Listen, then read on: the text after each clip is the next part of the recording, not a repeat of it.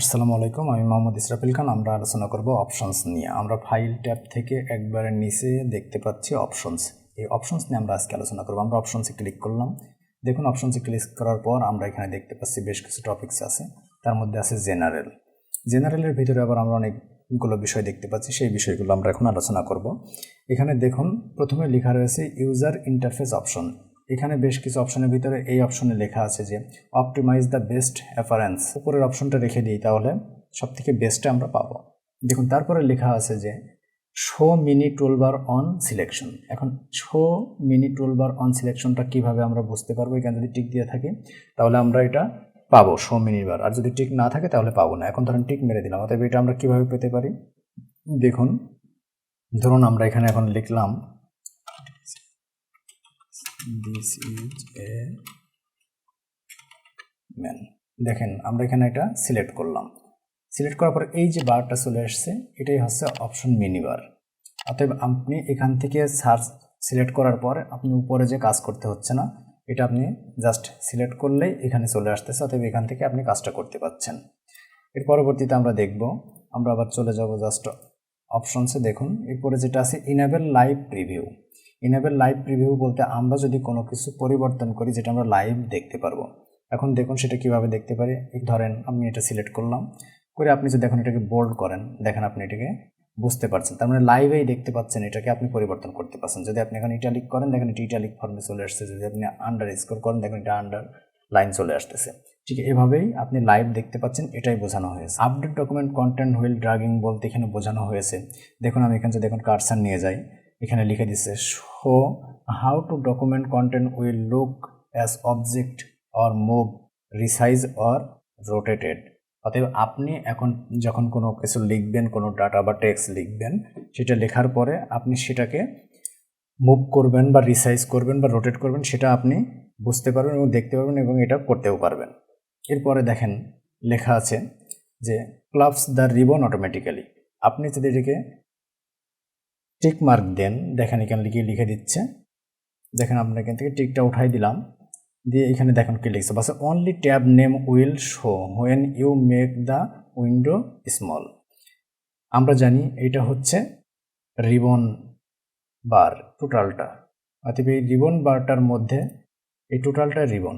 এখন এখান থেকে আপনি চাইলে যদি আপনি ওইটাকে টিক মার্ক দেন, যখন আপনি ডিসপ্লেটা ছোটো করবেন তখন এখানে যে অপশনগুলো সেগুলো দেখাবে না, সেটাই বোঝাতে চাচ্ছে। অতএব আমরা ওটাকে টিক দিব না, ওটাকে আমরা যেভাবে আছে ওই অবস্থায় রেখে দিব। এর পরবর্তী অপশনে দেখেন লেখা আছে clubs the Microsoft search box by default. দেখুন, অটোমেটিক্যালি সার্চ বক্সটা এখানে আছে, সব ক্ষেত্রে এটা এখানে থাকে, সেটা দেখানো যাবে। আমরা দেখি বারের উপরে এই জায়গাটাতে একটা সার্চ বক্স থাকে, সেটা যদি আপনি রাখতে চান সেক্ষেত্রে আপনি এটাকে উঠাই দিয়ে জাস্ট ওকে প্রেস করলেই সার্চ বক্সটা পেয়ে যাবেন। আবার আপনি যদি এটাকে এখন আপনি এখান থেকে সরাতে চান, তাহলে ঠিক সেমভাবে আপনাকে আবার অপশনস থেকে ক্লিক করে এখানে জাস্ট আপনি টিক মার্ক দিয়ে ওকে প্রেস করে দিবেন। দেখুন এটা এখন চলে গেছে। এর পরবর্তীতে আবার আমরা দেখব, দেখুন এখানে লেখা আছে show save commands with the application header. এক কথায় অ্যাপ্লিকেশন হেডারে যখন আমরা কোনো কিছু সেভ করব সেটা আমরা দেখতে পারবো। এরপরে বলতেছি এখানে যতগুলো ফিচার আমরা দেখতেছি সেটাকে আমরা কি শো করব কিনা অথবা শো করব না, যেটা চাবো সেটাই করতে পারবো, সেটা সিলেক্ট করে জাস্ট রেখে দিতে হবে। তাহলে আমরা এখানে শো করবো বলে আমরা করেছি, জাস্ট শো করলাম। এরপরে দেখেন personalize your copy of Microsoft office.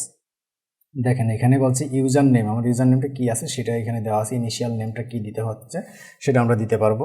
বলছে এখানে টিকমার্কে বলছে যে always use the value regardless of sign in to office, যেটা সাইন ইন টু অফিস আমরা ওকে করে রাখবো। দেখুন অফিসের থিম, এখানে যে থিমটা আমরা রয়েছে সেটা হোয়াইট বাদে আমরা যদি অন্য কিছু দিতে চাই সেটাও দিতে পারবো। জাস্ট ওকে প্রেস করলেই এই ব্ল্যাকটা ওকে হয়ে যাবে। যেহেতু আমরা হোয়াইটটাই রেখে দিয়েছি, হোয়াইটে আমরা প্রিফার করি, সেজন্য হোয়াইটে থাকবে। এরপরে দেখুন আছে লিঙ্কডইন ফিচার্স। এই লিঙ্কডইন ফিচার্স এখানে বলছে দেখেন use LinkedIn feature in Office to stay connected with our professional network and keep up to date in your industry. আপনি যদি এটাকে ওকে করে রাখেন তাহলে অটোমেটিক্যালি না আপ টু ডেট, এক কথায় আপডেট হয়ে যাবে। স্টার্ট আপ অপশন বলছে আপনি যখন যেমন এই ওয়ার্ড ডকুমেন্টটা যখন আপনি ওপেন করবেন প্রথমে, সেই ক্ষেত্রে কী হতে পারে, বলছে open a email attached and other uneditable file in reading view. অর্থাৎ এখানে বলতে আছে যে open a email unattachment and other uneditable file in reading view। Reading view থেকে এটা আসবে যখন আপনি এটা ওপেন করবেন। Show the start screen when this application start. Show the start screen when this application start, বাস যখন অ্যাপ্লিকেশনটি শুরু হবে সেখন এটা শো করবে। Show name on presence flag, বাস এটা কি সকল নামটা শো করবে কিনা।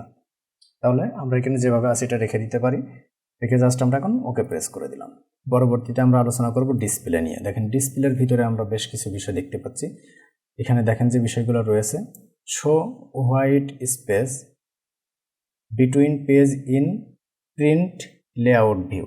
এখানে প্রিন্ট লেআউট ভিউ, এখানে কয়েকটা ভিউ আছে দেখেন।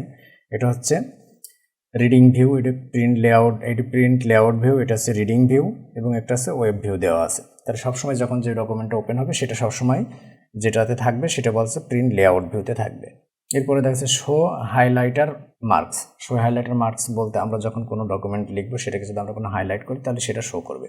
Show document tool tips on hover, এক কথায় আমরা কোনো একটা ডকুমেন্ট সংক্ষেপে যদি তার ডিসক্রিপশন দেখতে পারি সংক্ষিপ্তভাবে, সেটাই এখানে বোঝানো হয়েছে। এখানে দেখুন আমরা যদি এটা দেখতে পারি, জাস্ট এখানে দেখুন আমি একটা ওয়ার্ড ডকুমেন্ট রয়েছে, এখানে যে ক্লিক করার আগে আমি কার্সার নেওয়ার পরে এখানে যে দিয়ে দিচ্ছি এটা সাইজ কত তারিখে আমি এটা এডিট করেছি বা তৈরি করেছি এবং ইউজার কি সেটা দেখাই দিচ্ছে, এটাই হচ্ছে এই বিষয়টা। এর পরবর্তীতে দেখুন এখানে লেখা রয়েছে always show this formatting mark on the screen. এখানে আমরা অনেক সময় লেখার ক্ষেত্রে ট্যাব ইউজ করি। দেখেন ট্যাব ইউজ করলে স্পেসটা অনেক বড় হয়ে যায়। ট্যাব ক্যারেক্টারের ক্ষেত্রে এটা বড় হয়ে যাওয়ার কারণটা হচ্ছে যখন একটা ট্যাব ইউজ করে সেখানে 4টা স্পেস দেওয়ার সমান জায়গা দখল করে। অতএব এটা যদি আপনি ক্লিক করেন এবং কোনো ওয়ার্ড ডকুমেন্টে যদি এটা সেভ অবস্থায় থাকে এবং এই টিক মার্ক দেওয়ার পর ওকে প্রেস করেন তাহলে কোথায় ট্যাব ক্যারেক্টারটা আপনি ইউজ করেছেন সেটা বুঝতে পারবেন। এরপরে দেখেন স্পেস, আপনি স্বাভাবিক যদি একটা স্পেস দেন কোনো কিছু সেখানে শো করবে না, কিন্তু একের অধিক স্পেস যখনই থাকবে এভাবে ডট শো করবে। প্যারাগ্রাফ মার্কস বলতে কোনো লেখার শেষে এই মার্কসটা চলে আসবে। হিডেন টেক্সট যদি কোথাও থাকে তাহলে এই অবস্থায় আসবে। এখানে সেটাই বলা হয়েছে, বলছে শো অল ফরম্যাটিং মার্কস। এখানে যদি আপনি ক্লিক করেন তাহলে শো অল ফরম্যাটিং মার্কসটা ক্লিক হয়ে যাবে। Printing option, print drawing created in a Word, বলছে যে যখন আপনি কোনো ওয়ার্ডে কোনো কিছু প্রিন্ট করবেন সেখানে আপনি কি করতে পারেন। এখানে বলছে print drawing created in Word, অথবা আপনি যদি ওয়ার্ডে যদি কোনো ড্রয়িং করেন সেটা প্রিন্ট হবে কিনা। তারপরটা বলছে print background colour and image, অথবা আপনি যদি কালার বা ইমেজ ইউজ করেন সেটা প্রিন্ট হবে কিনা। প্রিন্টেড ডকুমেন্ট প্রপার্টিসটা প্রিন্ট হবে কিনা। এখানে যতগুলো বিষয় আছে সব এইভাবে বলে দিচ্ছে আপনি এইগুলো চান কিনা। যদি সবগুলোই চান আপনি সেটা দিয়ে দেবেন। যেমন প্রিন্ট হিডেন টেক্সট, আপনি হিডেন টেক্সটটা প্রিন্ট করতে চান কিনা। অনেক সময় হিডেন টেক্সট প্রিন্ট করতে চাই না, সেক্ষেত্রে এটা দরকার নাই। জাস্ট এটা করার পরে এটাকে আমরা ওকে প্রেস করে দেবো। জেনারেল এবং ডিসপ্লে এই দুইটা বিষয় খুবই ভালোভাবে বুঝতে পেরেছেন এবং আমাদের এই ওয়ার্ড ডকুমেন্টের কাজে আমাদের খুবই প্রয়োজনীয়।